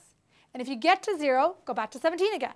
And then eventually just break, because as soon as you start counting to 17, your mind that was so fixated on the cologne automatically has something else to focus on. And when it focuses on something different, it gets a break. Do you see how that works? So it's really key that if you find a thought that when you wake up and you feel great, and then by 10 o'clock in the morning you're at coffee break and you're thinking horrible thoughts again, not horrible, but thoughts that aren't serving you, then you have to catch it right away and go 17, 16, 15. Does that make sense? And then you break the momentum, then you get going. How does that feel? Does that make sense? Have you guys been trying that? How is it going? Does it work? I tried it last week with a colleague. Yeah. I did an issue with her. And so then when I got back to my desk, I did that, and I got to like about 12. Yeah. And it was okay. And then you go, so you got to... And I'm doing it out loud. I do it out loud, but not very loud, because there's 5 other people in my office. Right. Yeah. So it does work. And the key is to say it out loud and to say it to start counting down. So it did work. And usually around 12 or 11 is when you start to notice it. But the key is to do it as soon as you catch yourself. This is why emotional awareness is so important, so you can feel the clench and go, okay, what am I thinking? Have you guys ever experienced a day that you woke up and you felt great, and when you went to bed at night you felt great? You've experienced that. It does happen. And all that happens on those days when you have that is you've maintained your thought vibration. The 17 seconds is really a life changer if you're aware of your thoughts. Most people are so like by their thoughts and so by their emotions that they don't have the awareness. And then some people are so fixated that they have to be right on this thought, and it takes time for them to soften. right? But yeah, it is a very revolutionizing thought. It's a very revolutionizing technique. These concepts are so simple, but until you apply them, they're just mind games. They don't mean anything until you actually start to apply them. One of the clients I worked with today, she's so lovely. She said to me, Divi, I've been studying metaphysics for 2 years. I know the ins and outs of metaphysics. She probably knows metaphysics much better than I do. I probably don't even know how to spell it. She knows metaphysics so well, but she said, you know what I haven't done? Is I've never applied it. Until you apply it, it's just concepts. It doesn't mean anything. Now, the big thing is that those big things that really irk us, those are ones that we tend not to count from 17 down because we want to be right. So you start on little things. Start on little things that are obvious, like the kid pouring the milk, the little things that happen, the dog barking when it shouldn't bark, and you start to, get on the little things, then those bigger things get easier. Source knows, and when I say source, just to redefine that, because we took a break in between, source is the non-physical part of you that's within you, around you, and bigger than you. And source only loves you. Does that make sense? And source wants you to have everything you want. Source wants you to have a job that's exhilarating. Source wants you to have a man that sweeps you off your feet and ravishes you and does mangoes and stuff like that. So source loves us more than anything. And source wants us to be what? Joyous and exhilaration. And it's like a vibration. So everything in life is like this vibration. Let me ask you a question before I go a little bit further. Think for a second. So I'm going to give you a list of emotions right here. I'm just going to write a few down. And I want you to think for 2 seconds, what is your vibration? Let me write some down. Joy, knowledge, empowerment. I'm not going to write all of these. Empowerment and freedom. Contentment. Hopeful. Frustration. Annoyance. Overwhelmed, anger, fear, guilt. I'll put resentful somewhere here, even though it belongs up there. That's okay. Think about your life, and even think about your life over the last 3 to 6 months. Where do you hang out the most? Where do you hang out the most? Fear. Great. Where else? Anyone else? Y'all hang out. Pardon? Frustration. Beautiful. Okay. Where else? Resentful. Perfect. Perfect. Annoyance. Awesome. Those are great. Okay, great. And remember that first slide we did? The only reason you're hanging out in these areas is because your mind is fixated on a specific topic, and we can play with your topics in a few minutes if you want, that is different than how source sees it. Okay? Now, before we jump forward, I want to explain something. The majority of people in life, you said it earlier really beautifully, are flat. They put their emotions over there. They don't know how they feel. You walk through the mall, and if those of you who are sensitive and pick up energy and emotions, you walk through the mall and you wonder how people feel. In general, the emotion is flat or sad, but it's flat. Do you ever feel that? It's just like flat energies. You just can't really feel anything. So flatness is not an energy. It's not there. Typically, flatness is because they've gotten so used to, and I keep going back to you because you said it so well, people have gotten so used to feeling these energies of fearful, resentful, anger, overwhelmed, frustration. It's like their Achilles heel. They're just so used to going there. So if you've ever felt flat and not up here in joyous and freedom and knowledge, content, and hopeful, it's because you're used to it. But just because you're feeling flat doesn't mean you're not feeling anything. It means you're just so trained to be back in your Achilles heel. I had that big awareness a few weeks ago. I was like, oh, when I feel fat, I'm actually really pissed. Oh, isn't that interesting? And it was like this huge light bulb that went off. So I don't care. I've been teaching this stuff, guys, for years. And yet it's like a deeper level of awareness. Because I just thought flat was flat. Like, I'm not feeling anything right now. Just, all right, whatever. And I'm just going with emotion. But really what was underlying that was either fear or anger. Because as you spend more time up here, it's pretty wonderful to feel excitement and joyful and empowerment and free. And then if you're going to flat, chances are you're just something in your Achilles heel that you were trained when you were little, you're just going back to it. So if we look at this and we're all vibrating something at all times, we're just vibrating this. And source only hangs out up here. Joy, freedom, knowledge, and empowerment. That's where source hangs out. So this is where source hangs out, in these energies here. And let's say we're feeling resentful because our wife doesn't work and we're working all the time to pay the bills. Let's just say that's your situation. And you're feeling really resentful of the money she spends and so on and so forth. Say that's your emotion. And you did what I said. You dropped the topic of your wife altogether. You dropped the topic of the bills altogether. And you went out here and hung out with source. Your mind, and you talk about very general things. The mountains, the oceans, the kids that run across the park, the beautiful day. And your dominant vibration that you set is different. You're now up here in joy and freedom. And you're thinking, Divi's crazy because this isn't going to work. Because after I do this exercise for 30 days or 6 weeks, I have to go back to my wife and deal with her again. And that won't be very fun. That's in the back of your mind. But you're doing this exercise because I told you to. And you're doing it. And every time you think of your wife, you start counting 17 and backwards. What happens that you've got to understand is source knows if you're here, and this is where you want to get to in your life. Let's say where you want to get to in your life is your house, your job, your healthy body, cancer-free, feeling great, feeling amazing. Source knows exactly what path you have to go from here to there to get there. Source knows it. Source knows there's 1,000 paths. In your mind, you can only think of 2, but source knows 1,000. So but let's just say you try this for 6 weeks and you say, okay, I'm going to stop talking about that. I'm not going to have those thoughts, so I'm not going to have those emotions, and I'm going to talk about birds. I'm going to talk about dogs. And the longer I stay up here, just out of the blue, in will come thoughts, in will come nudges, in will come a voice to tell you to take this next step. Will come like a gut feeling to do something. I'm just going to go to that 7-Eleven right now, and you walk in, and right next to you is a guy who's looking for a waitress or an assistant to work with him, and you're looking to leave your job, and you find out he's got a better paying job, his has benefits. What did you do? You didn't go to 7-Eleven to get a Coke. You went to 7-Eleven out of a nudge because you were up here, and source directed you there. Does that make sense? And that's how you deal with the issue that you're not talking about. Is you get off of it, you go hang out with source for a couple weeks, and you will get the inspiration. You have to get off the topic, though, which is so opposite of what we're trained. We're trained to wrestle the topic to the ground.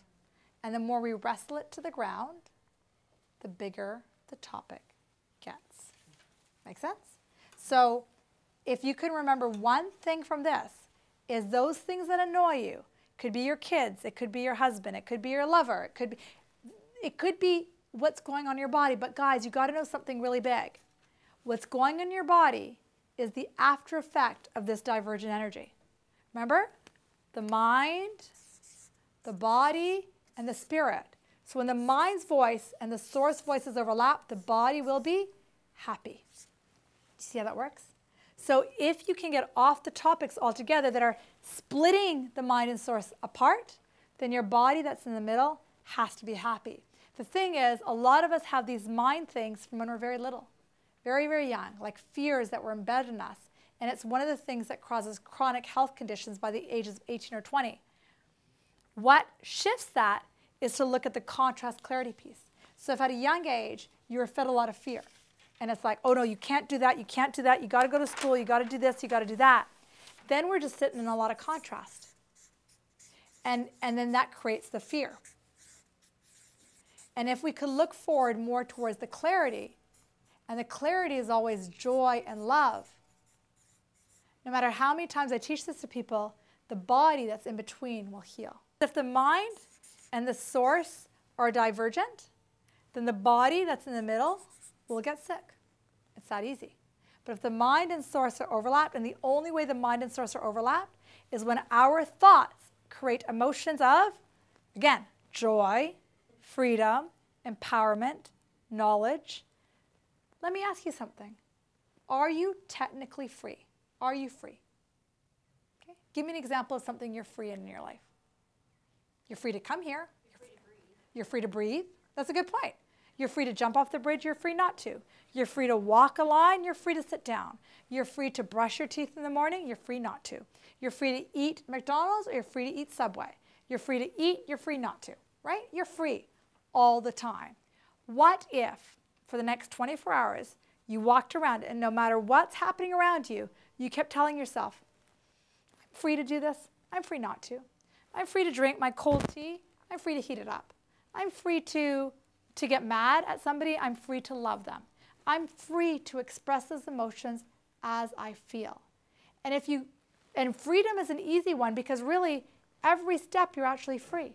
I'm free to show up at work or I'm free to call in sick, right? I'm free to be nice to my boss, I'm free to be mean. Just saying that piece frees you up in your head. You don't have to act any different, but just saying it to yourself allows you to be free. Because one of the biggest freedoms that we don't feel we have is freedom to work. It's like, I gotta work and I hate my job. How many of you guys feel that way? Okay, a few of you. Not everybody, which is interesting. If you change your thoughts around your work, then the work changes. So the expression Wayne Dyer uses is, when you change the way you look at things, the things you look at will change. So I've noticed this in my own work, and it's been a huge for me, because the medical model is so different than the mind-body-spirit model, and to work in both models, I can tell you every reason it's been hard. But as I tell those reasons, is it helping me? Absolutely not. It doesn't help me one little bit. It actually makes it worse. If I tell all the reasons why it's hard to be a doctor, it actually makes it harder to be a doctor. But if I talk about the amazing things about working with people, the amazing things about sitting with a person and allowing them to feel free to trust me with what they share, and I stay in that energy, do you see how light it becomes? And I'm like, oh man, this is such a fun job. I can work when I want. I don't have to work. I don't have to work overtime. I could shut the door at this hour. I could work early. I can work late. Do you see how freeing it is? Or I could spend the whole day going, oh, this is horrible. I have to see people, and they bitch at me. They stress at me. Their tests keep coming back normal, and they're not better. And I could just go there, and I have. I spent a lot of my career down there, and it doesn't serve anybody, not me and not my patients.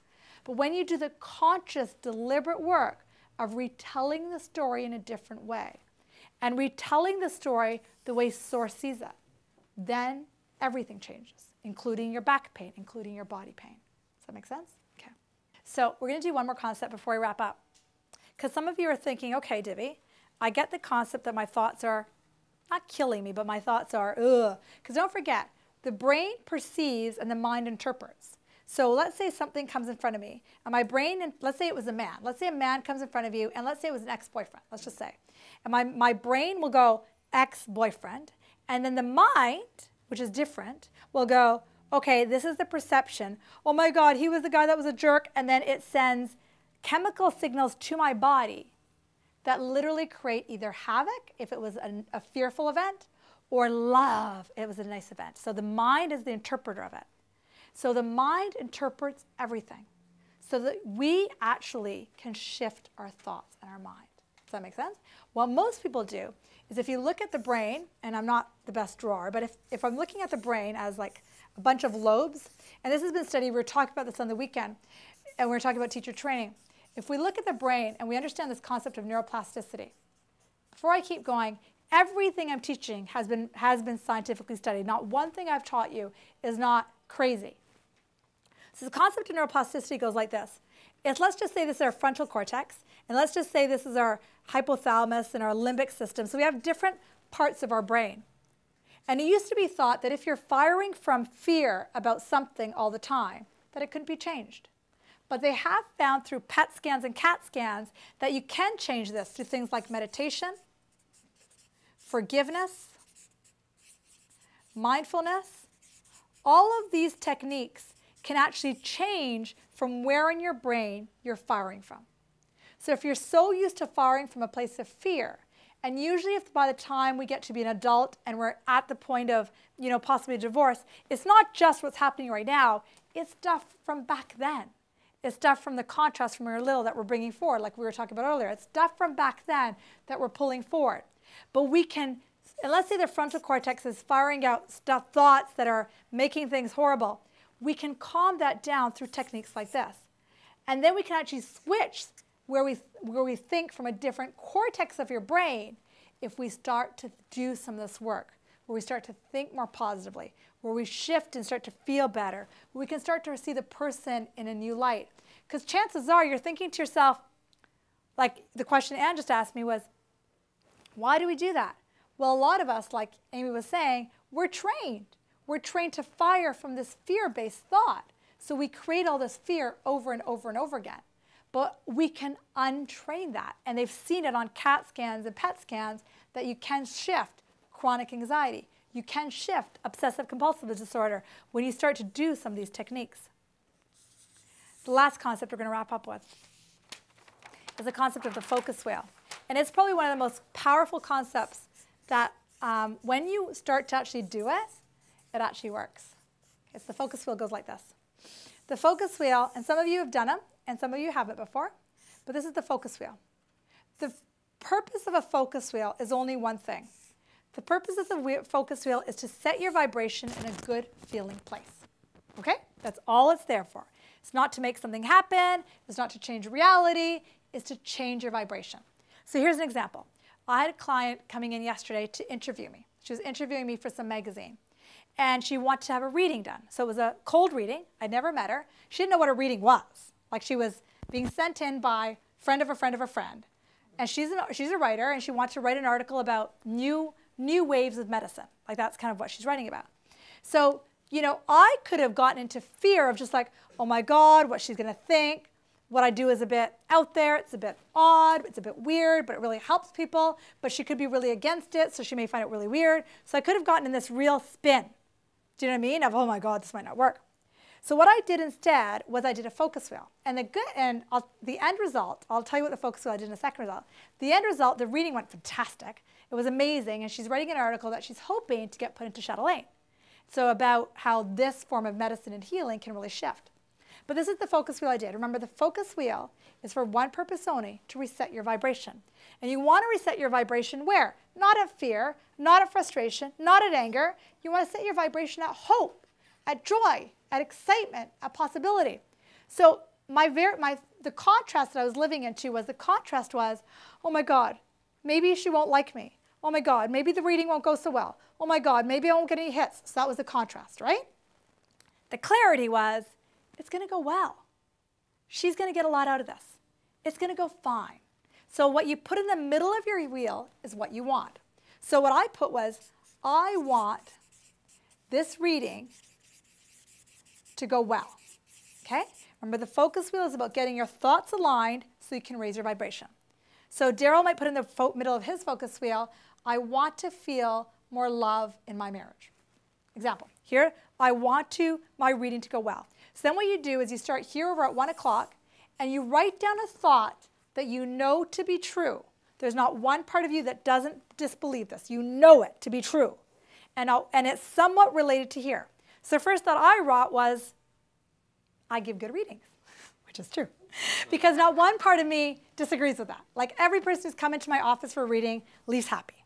So I wrote, I give amazing readings. Okay, because she came in for an intuitive session. I give her amazing readings. And then I sat with that thought for a few seconds. Okay, I give amazing readings. And then my next thought was, and I'm not going to write it down. My next thought was, everyone who's come in for a reading leaves happy. That's true. There's not one part of me that disagrees with that. That's true. And it comes right after the first thought. The third thought I wrote down was, she is coming willingly. No one's bonding her to come here. She is coming willingly. The fourth thought I wrote was, she's more than likely open if she's coming willingly, correct? Now the fifth thought I wrote was, she could be a kook. And that didn't feel good. So I scratched it out. I scratched it out because it took me off the wheel. It wasn't at all aligned here. So I literally scratched it out. I was like, okay, that didn't work so well. So I went back up here and read the first 3 or 4 thoughts. And then my fifth thought was, I am going to be an amazing open vessel and a helper. And then next thought was, as I'm an open, amazing vessel for her, the divine truth will come in and she will understand whatever she's here for. She's going to get something from the reading and it's going to go well. She's going to write an amazing article in Chatelaine. Last thing I wrote was, I'm so excited about this reading.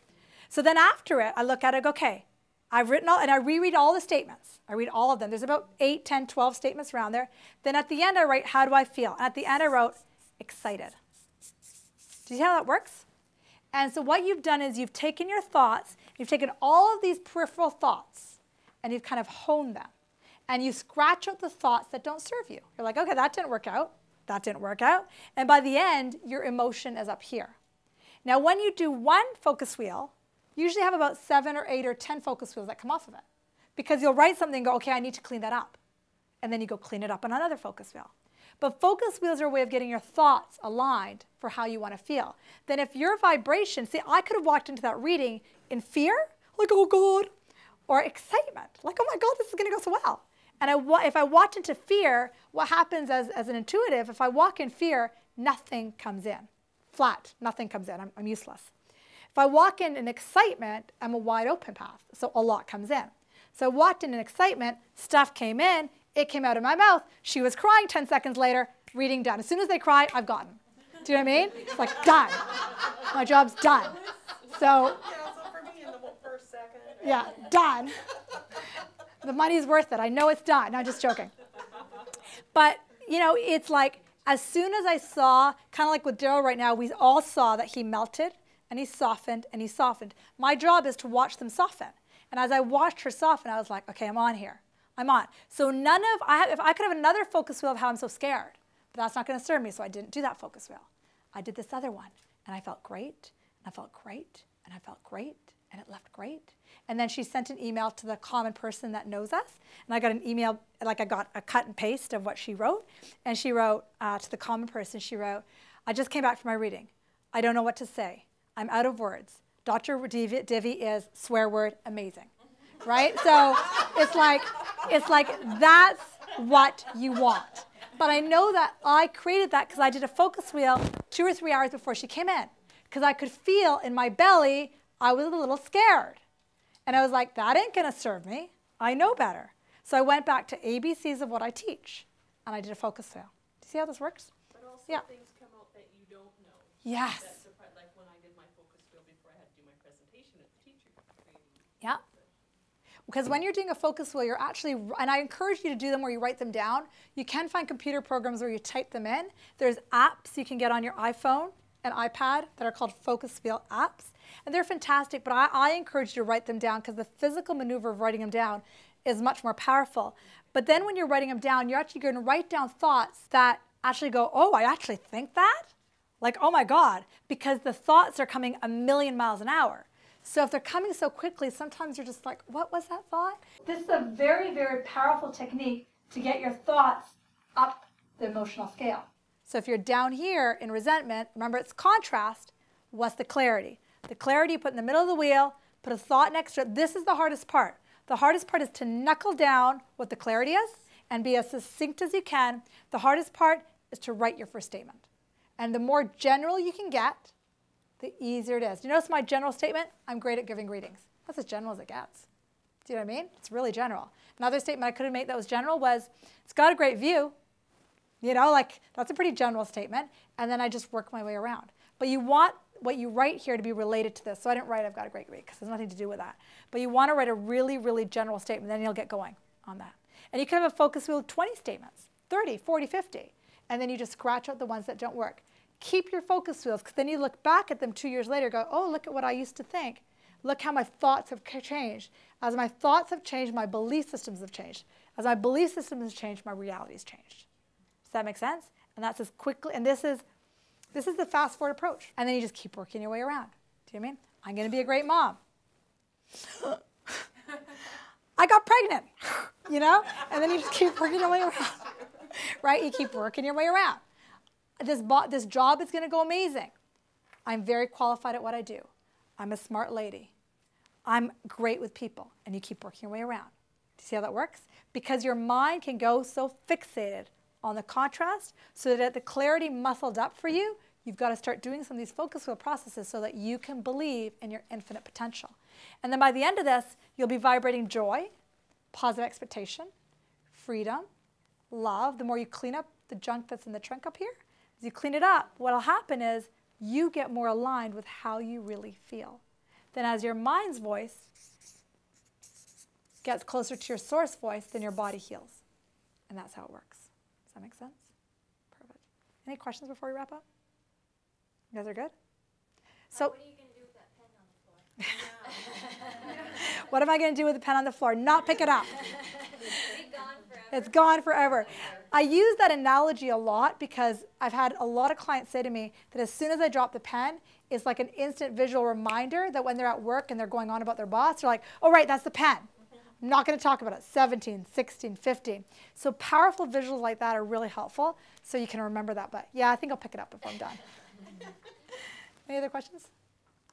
Awesome. You guys are great. For the next two days on this, we're going to do more meditation. So have fun, guys.